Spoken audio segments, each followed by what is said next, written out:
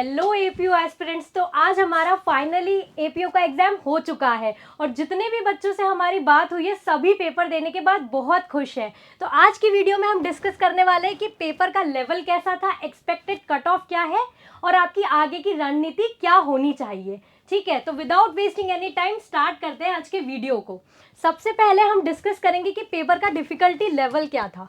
तो जितने भी बच्चों से हमारी बात हुई है सब लोग यही कह रहे हैं कि पेपर बहुत डिफिकल्ट नहीं था, चाहे वो लॉ का पोर्शन हो चाहे वो लैंग्वेज का पोर्शन हो। पेपर जो था काफ़ी इजी पेपर सब लोग बता रहे हैं। तो पेपर हमारा जो था वो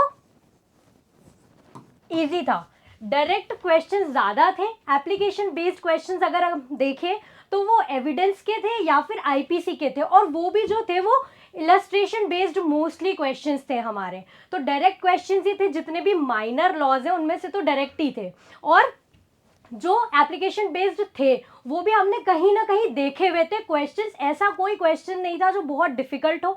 केस लॉ बेस्ड क्वेश्चन सिर्फ 2-3 ही थे, वो भी काफ़ी कॉमन केसेस थे हमारे। और बच्चे बता रहे थे कि मैम जितने भी मैराथन सेशंस लॉ प्रेप ने करवाए थे मोस्टली क्वेश्चंस वहीं थे, वहीं से दिए हुए थे, चाहे वो लॉ के हो या लैंग्वेज के हो। लैंग्वेज में भी सूर्या सर ने जो आपको क्वेश्चंस करवाए थे, लक्ष्मण सर ने जो क्वेश्चंस करवाए थे, मोस्टली क्वेश्चंस वहीं से आए हैं हमारे।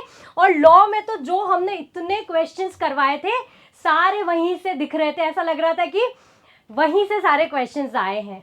तो आप लोगों का डिफिकल्टी लेवल हम देखें तो इजी पेपर था काफ़ी। अब दूसरा एस्पेक्ट है कि अटेंडेंस क्या रही है। तो अटेंडेंस थोड़ी सी लो देखने को मिली है, 50% के अराउंड बच्चे ही सेंटर्स पे थे। लॉ प्रेप की पूरी टीम ने अपना अच्छे से सर्वे किया और देखा कि 50% के आसपास ही अटेंडेंस थी। बाहर के बहुत सारे बच्चे आए थे बट बहुत सारे नहीं भी आए थे, क्योंकि अब हमारा छत्तीसगढ़ जुडिशरी और हिमाचल की भी वैकेंसी आ गई है, तो हो सकता है इस वजह से काफ़ी बच्चे नहीं आए थे। फॉर्म तो बहुत सारों ने भरा था, तो अटेंडेंस हमारी काफ़ी कम थी, जिससे हमारा एक्सपेक्टेड कट ऑफ पे भी इफेक्ट पड़ सकता है। नेक्स्ट एस्पेक्ट हमारा आज का ये है, मेन एस्पेक्ट है कि कहाँ से कितने क्वेश्चंस बने हैं। तो अगर हम देखें तो आईपीसी से हमारे जो क्वेश्चंस बने हैं वो 15 क्वेश्चंस बने हैं, और आईपीसी से हमारे जो क्वेश्चंस थे वो एप्लीकेशन बेस्ड भी थे काफ़ी सारे। आईपीसी में इलस्ट्रेशन बेस्ड क्वेश्चंस थे, सबसे ज़्यादा एप्लीकेशन बेस्ड क्वेश्चंस हमारे जो थे वो एविडेंस एक्ट से बने हैं।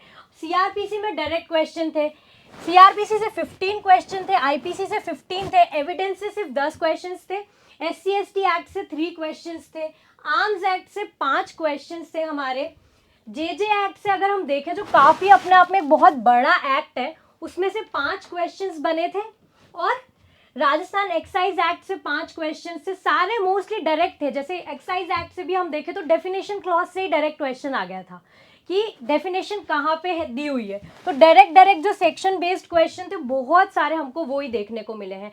पॉक्सो में भी जो हमारा ऑफेंस वाला पोर्शन था कि किस ऑफेंस को कहाँ पे क्या होगा, इसमें एक क्वेश्चन सिर्फ एप्लीकेशन बेस्ड था पॉक्सो में, जो हमारा एग्रेवेटेड असॉल्ट का था। उसमें आई होप आप सबने सही आंसर किया होगा। कुछ इसमें पनिशमेंट्स भी पूछी थी, हमने आपको बहुत बार लाइव सेशन में बताया था कि जो माइनर एक्ट्स होते हैं स्पेशली पॉक्सो JJ, इनमें से डेफिनेशन वाले क्वेश्चंस बनते ही हैं। तो हमारा डेफिनेशन पनिशमेंट वाले क्वेश्चंस काफ़ी सारे थे और पनिशमेंट वाले क्वेश्चन बने भी। हमने कहा था कि डेफिनेशन और पनिशमेंट जो है वो आपको याद करना ही करना है, और वहीं से हमको क्वेश्चंस देखने को मिल गए।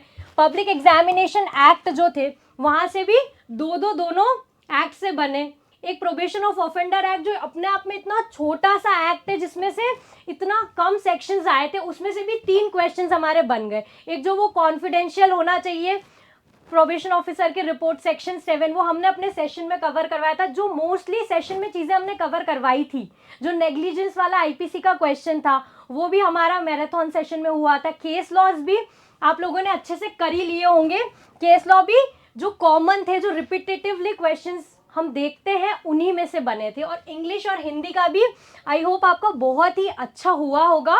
इंग्लिश और हिंदी भी बहुत डिफिकल्ट नहीं थी। जैसे बच्चे बता रहे थे कि इंग्लिश में भी मैम वोकैबुलरी वाले पोर्शन से ज़्यादा कुछ पूछा ही नहीं, जो वन वर्ड सब्सटीट्यूशन है बस एक ही क्वेश्चन आया था।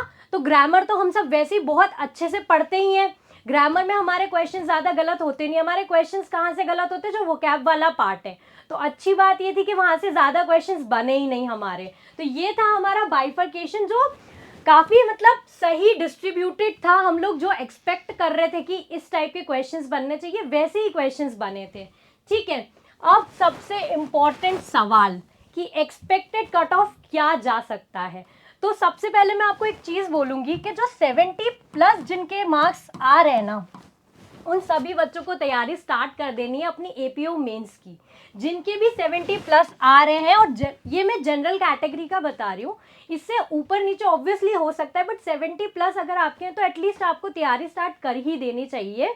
आपको किसी चीज़ का वेट नहीं करना चाहिए, क्योंकि हम टाइम वेस्ट कर देते हैं रिजल्ट के वेट के चक्कर में, और फिर बाद में रिग्रेट करते हैं कि हमें ये करना चाहिए था, हम पहले ही तैयारी स्टार्ट कर देते। तो लेट्स नॉट रिग्रेट के लिए बाद में कुछ रखना ही नहीं है हमको। ठीक है, तो 70+ वाले सारे बच्चे स्टार्ट कर दें, और अगर आपके 80+ जा रहे हैं तब तो फिर आपको आज का आज ही प्रिपेयर करना स्टार्ट कर ही देना चाहिए, क्योंकि 80+ के आसपास लोग कह रहे हैं कि हमारे 90 आ रहे हैं, 95 आ रहे हैं। तो क्या होता है कि जब हम पेपर दे के आते हैं ना, तो हमको लगता है अरे हमारे तो सारे ही सही है, सारे ही सही है। फिर वो जब नेक्स्ट डे आते आते 4-5 क्वेश्चन अपने आप ही गलत निकल के आ जाते हैं। ठीक है, तो ऐसा भी नहीं है कि 90+ ही कट ऑफ चला जाएगा। तो आपको ये करना है कि जनरल का मैं ये बता रही हूँ कि आसपास इसके फॉल कर सकता है।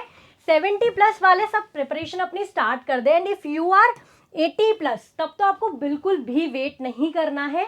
अब मैं बता देती हूँ कि लॉ प्रेप के अकॉर्डिंग क्या होना चाहिए एक्सपेक्टेड कट ऑफ, जो हम लोग हमारे एनालिसिस के अकॉर्डिंग बता सकते हैं कि कुछ इसके अराउंड जाएगा। तो हमें लगता है कि 77 प्लस माइनस में जा सकता है 3। ठीक है, तो 77 + 3 - 3 तक कट ऑफ जा सकता है, क्योंकि पेपर बहुत इजी नहीं था। अब मैं क्यों नहीं कह रही हूँ कि 80+ ही जाएगा, क्योंकि इस पेपर में एक और चीज़ है, नेगेटिव मार्किंग। तो अगर आपके कोई क्वेश्चन गलत हो रहे हैं तो उसमें नेगेटिव मार्किंग भी है, और नेगेटिव मार्किंग हमारी 1/3 है। तो हमें ये चीज़ बिल्कुल भी इग्नोर नहीं करना है। तो हमको डीमोटिवेट नहीं होना है बिल्कुल भी। जो बच्चे कह रहे हैं कि हमारे बहुत अच्छे आ रहे हैं, या जिसको लग रहा है कि मैं 70 तक में भी फॉल कर रहा हूँ, तो आप स्टार्ट कर दो एटलीस्ट प्रिपरेशन, क्योंकि अभी वैसे भी हमारे पास जो एग्जाम्स है सामने, जो कॉमन सब्जेक्ट्स है, वो तो हमको पढ़ना ही है। तो आपको प्रिपरेशन में लग जाना है बिल्कुल अच्छे से। और लॉ प्रेप ने जैसे आपकी प्रीलिम्स में हेल्प की थी, वैसे के वैसे ही हम पूरा मेंस में भी आपके साथ रहेंगे, आपकी तैयारी एकदम अच्छे से करवाएंगे। आपको कैसे आंसर्स लिखना चाहिए, कैसे आपको लैंग्वेज की तैयारी करना है, हम डेली रेगुलरली बेसिस पे आपका ये सारे सेशंस कंडक्ट करवाते रहेंगे। तो आपको बिल्कुल टेंशन नहीं लेना है, और आपको रिलैक्स होके आज आप जो है रिलैक्स कर लीजिए, और कल से अपनी मेंस की तैयारी में बिल्कुल अच्छे से लग जाइए। हम लोग भी आपका पूरा साथ देने वाले हैं। ठीक है, तो अब अगर आप एपीओ मेंस के लिए बैच ज्वाइन करना चाहते हैं, आप चाहते हैं कि अपनी तैयारी को हम नेक्स्ट लेवल पे लेके जाएं, तो लॉ प्रेप आपके लिए मल्टीपल बैचेस लेके आ रहा है। एक हमारी कंप्लीट बैच है जिसके अंदर हम एपीओ मेंस की आपको लैंग्वेज के भी सारा क्वेश्चंस सारा पोर्शन कवर करेंगे, लेक्चर्स करवाएंगे, लॉ के भी लेक्चर्स सारे होंगे। हम टेस्ट पेपर्स भी आपको रेगुलर बेसिस पे करवाएंगे, जिनका इवैल्यूएशन भी आपको प्रॉपर मिलेगा। और अगर आपका कोई लेक्चर मिस हो जाता है तो आपको रिकॉर्डेड बैकअप भी मिलने वाला है, जो हमारी फैकल्टीज क्लास में पढ़ाएगी, उसका हम पीडीएफ भी प्रोवाइड करेंगे। और डाउट सॉल्विंग सेशंस भी if you want, online offline दोनों मोड में है, तो आप इसको ज्वाइन कर सकते हैं। ये है हमारी कंप्लीट बैच, जिसके अंदर हम लेक्चर्स भी प्रोवाइड करेंगे, टेस्ट सीरीज भी प्रोवाइड करेंगे, लैंग्वेज की भी और लॉ की भी। दूसरा है हमारा स्पेशली लैंग्वेज के लिए, क्योंकि बहुत सारे बच्चों को ये रहता है कि हम लॉ तो फिर भी कर पा रहे हैं बट लैंग्वेज नहीं हो रहा है। तो अगर आप सिर्फ लैंग्वेज का लेना चाहते हैं तो वो भी आप ले सकते हैं। हमारी लैंग्वेज की भी स्पेशल बैचेस है, जिसमें हिंदी लैंग्वेज और इंग्लिश लैंग्वेज की आपको तैयारी करवाई जाएगी। और एक ही हमारा टेस्ट सीरीज तो मैं कहूँगी कि जो भी बच्चे मेंस के लिए तैयारी कर रहे हैं ना, उनको लिखना ही लिखना है, क्योंकि आता सबको सब कुछ है, बट आप कितनी प्रैक्टिस कर रहे हो ना, वो इम्पॉर्टेंट है। तो जो अच्छे से प्रैक्टिस करेगा वो ही एग्जाम में अच्छे से परफॉर्म कर पाएगा। तो आप ज़्यादा से ज़्यादा प्रैक्टिस करें, और टेस्ट सीरीज तो एटलीस्ट सबको लिखना ही लिखना है।